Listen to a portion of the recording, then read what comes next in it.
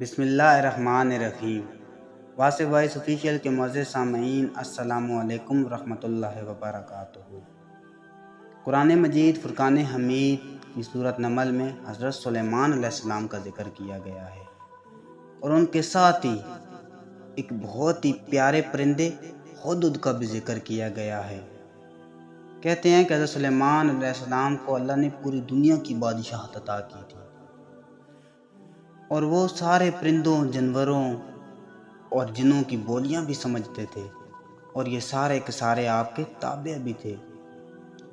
تو ان میں سے ایک پرندہ تھا ہدہد، جس نے حضرت سلیمان علیہ السلام کی بڑی ہی خدمت کی، اور اسی ہدہد نے حضرت سلیمان علیہ السلام کو آ کر خبر دی تھی کہ دور قوم سبا کی ایک ملکہ ہے جس کا نام بلقیس ہے، اور اس کا تخت سونے، چاندی اور جوہرات کا بنا ہوا ہے، اور وہ تخت 80 گز لمبا اور 40 گز چوڑا تھا۔ اور ایک بات تھی کہ وہ ملکہ بلقیس اور اس کی ساری قوم ستاروں کی پوجا کرتے تھے۔ تو جب حضرت سلیمان علیہ السلام کو اس کی خبر ملی تو انہوں نے ایک خط لکھا اور اس ہدہد کو دیا۔ ہدہد نے وہ خط ملکہ بلقیس کے پاس پہنچایا۔ جب ملکہ بلقیس نے وہ خط پڑھا کہ سلیمان علیہ السلام نے کہا کہ تم لوگ اسلام قبول کر لو ورنہ جنگ کے لیے تیار ہو جاؤ، تو ملکہ بلقیس سمجھ گئی۔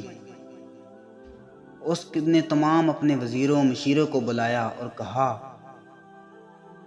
کہ کچھ لونڈیاں اور غلام تیار کرو، جن کی تعداد کم و بیش 500 تھی، اور اس نے بہت سارے ہیرے جوہرات، اور ہر لونڈی اور غلام کے ہاتھ میں ایک ایک سونے کی اینٹ بھی تھی۔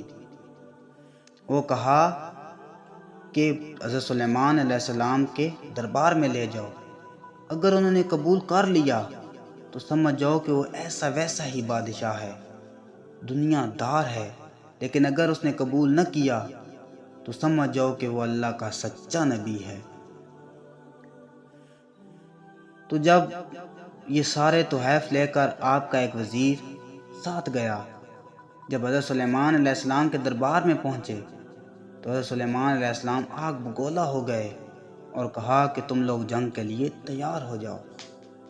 تو جب اس نے آ کر ملکہ بلقیس کو بتایا تو وہ سمجھ گئی کہ وہ واقعی میں اللہ کے سچے نبی ہیں۔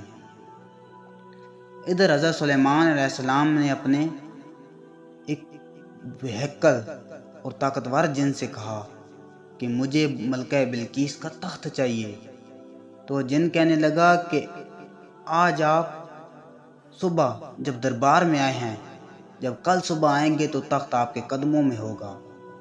پھر ایک اور جن کھڑا ہوا، وہ کہنے لگا کہ آدھے دن میں تخت آپ کے قدموں میں ہوگا۔ پھر ایک اور جن کھڑا ہوا، وہ کہنے لگا کہ 2 گھنٹے میں تخت آپ کے قدموں میں ہوگا۔ تو حضرت سلیمان علیہ السلام کا ایک حواری بھی تھا، ایک امت میں ایک شخص تھا جو بہت بڑا ولی کامل بھی تھا۔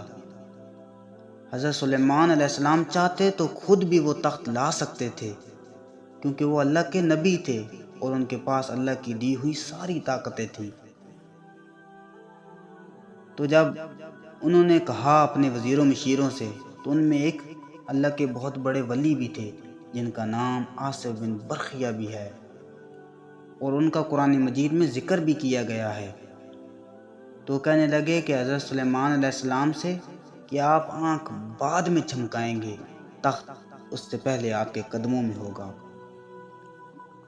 اس نے تخت آنکھ چپکنے سے پہلے آپ کے قدموں میں رکھ دیا۔ ادھر ملکہ بلقیس اپنے کچھ غلاموں کے ساتھ حضرت سلیمان علیہ السلام کے دربار میں پیش ہوئی اور آپ سے معافی مانگی اور توبہ کی اور بامشرف اسلام ہوئی، اور پھر حضرت سلیمان علیہ السلام نے ملکہ بلقیس سے نکاح بھی کیا۔ تو میرے پیارے دوستو، یہ ہیں اللہ کے ولیوں کی کرامات۔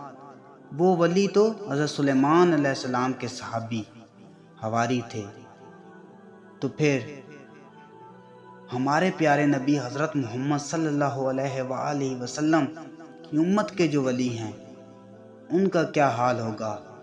کہتے ہیں کہ چاہیں تو اشاروں سے اپنے کایا ہی پلٹ دے دنیا کی، یہ شان ہے خدمت گاروں کی، سرکار کا عالم کیا ہوگا۔ اگر آپ تمام دوستوں کو میری یہ ویڈیو پسند آئی ہو تو ہمارے چینل واسع وائس آفیشیل کو سبسکرائب کرنا نہ بھولیں اور بیل کے آئیکن کو ضرور ہٹ کریں۔ تو چلیں ملتے ہیں اگلی نئی ویڈیو میں، تب تک کے لیے فی امان اللہ۔